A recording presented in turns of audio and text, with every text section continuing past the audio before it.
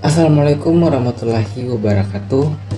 Halo semuanya, perkenalkan nama saya Aswar dengan NIM 230 60 850 1028. Saya dari jurusan Antropologi dari Fakultas Ilmu Sosial Hukum Universitas Negeri Makassar.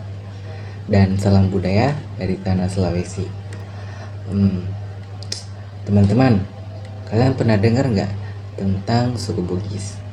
Iya, mereka adalah pelaut ulung, pedagang tangguh, dan penjaga tradisi yang kaya. Kali ini, mari kita menyelami lebih dalam tentang suku Bugis melalui sebuah karya monumental yang berjudul Manusia Bugis. Buku ini bukan sekedar catatan sejarah, tetapi juga jendela untuk membuka mata kita pada kekayaan budaya yang mungkin kita belum mengetahui. Siapkan diri teman-teman, selama 15 menit kita akan mencari tahu dan saya juga akan menjelaskan tentang buku ini. Yang pertama yaitu adalah sejarah asal-usul. Buku ini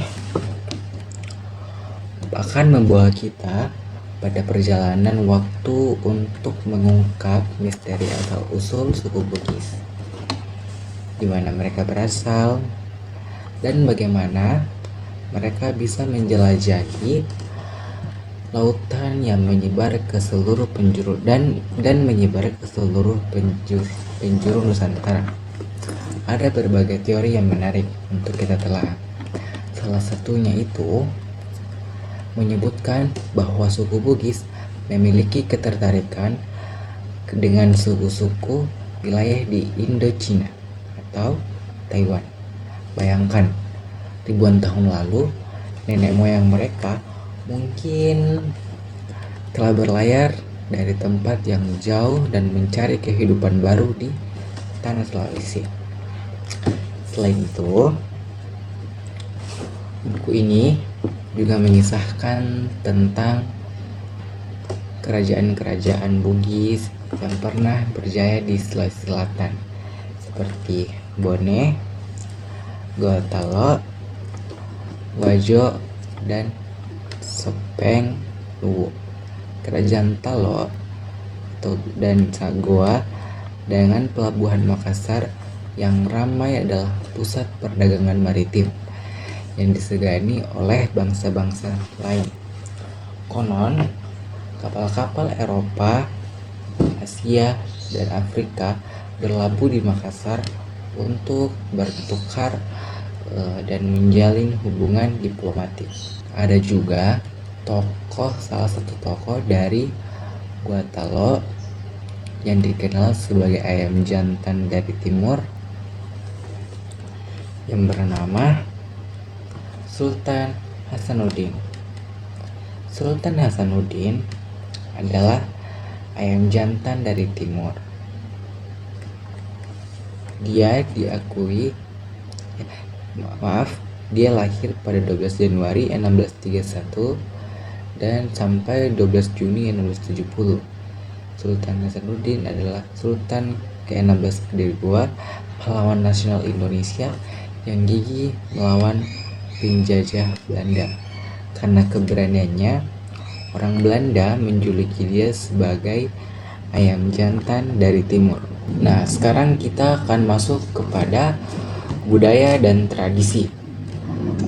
Di buku ini, salah satu daya tarik utamanya yaitu adalah pembahasannya, di mana ia membahas tentang budaya dan tradisi kaya dan unik. Mari kita telaah bagaimana masyarakat Bugis menjunjung tinggi nilai-nilai leluhur seperti Siri Napace, Lempu, dan Ada yang menjadi landasan dalam kehidupan mereka. Siri Napace ini adalah konsep tentang harga diri dan solidaritas yang sangat kuat di Sulawesi ini. Bagaimana masyarakat Bugis kehilangan Siri, dengan itu sama saja mereka kehilangan jati diri. Buku ini juga memperkenalkan kepada kita tentang seni dan kerajinan tradisional di Bugis yang mempesona. Salah satunya itu adalah kain tenun, di mana ia dibuat dengan sutra dan motif-motif syarat dan bermakna. Setiap motif itu memiliki cerita dan filosofinya masing-masing yang diwariskan dari generasi ke generasi. Ada motif lontara, sakaroite, dan pencong, dan masih banyak lagi. Konon, motif ini memiliki kekuatan magis dan membawa keberuntungan bagi pemakainya. Kemudian ada juga perahu pinisi. Nah, ini juga salah satu yang legendaris, di mana ini adalah simbol kehebatan suku Bugis sebagai pelaut ulung. Ini perahu ini bukan hanya alat transportasi, tetapi ini juga memiliki karya seni yang memadukan keindahan dan juga fungsinya. Proses pembuatannya pun itu sangat unik teman-teman, dan melibatkan ritual-ritual adat yang sangat sakral. Dan kemudian juga membahas tentang mata pencaharian dan ekonomi, di mana buku ini juga mengulas tentang mata pencaharian dan sistem ekonomi masyarakat Bugis.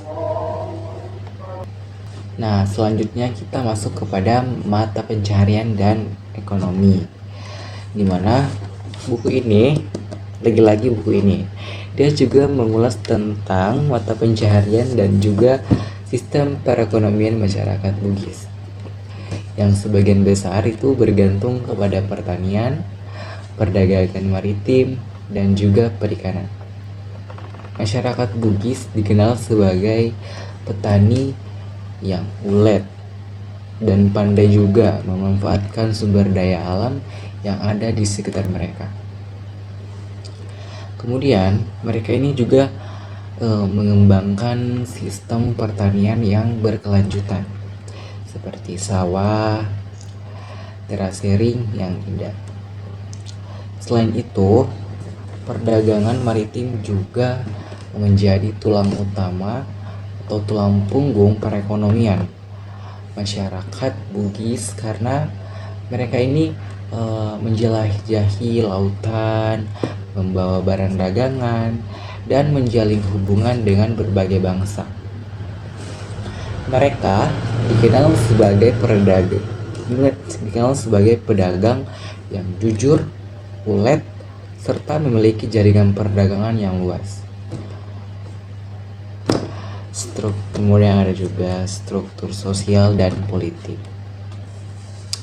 di mana buku ini juga membahas tentang struktur sosial dan politik masyarakat Bugis yang terdiri dari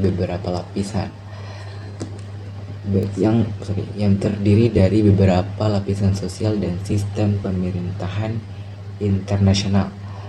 Dahulu terdapat lapisan anak, karaeng atau bangsawan, Tomaradeka atau orang merdeka, dan atak atau budak, yang memiliki peran dan tanggung jawab mereka masing-masing.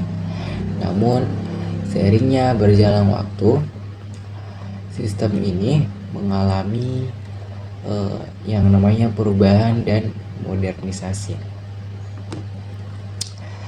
Tokoh adat dan pemimpin masyarakat memiliki peran sentral dalam menjaga kelestarian adat istiadat dan menyelesaikan konflik. Mereka adalah nilai-nilai leluhur dan simbol persatuan masyarakat. Mereka juga berperan sebagai mediator antara masyarakat dan pemerintah. Kemudian ada juga agama dan kepercayaan, di mana ini adalah akhir dari sebuah pembahasan di halaman ini. Buku ini juga mengulas tentang agama dan kepercayaan masyarakat Bugis, mulai dari kepercayaan animisme dan dinamisme. Sebelum masuknya agama Islam juga dulu, hingga pengaruh dalam kehidupan sehari-hari, di mana masyarakat Bugis dikenal sebagai Muslim yang taat, tetapi mereka juga tetap menghormati tradisi dan kepercayaan leluhur.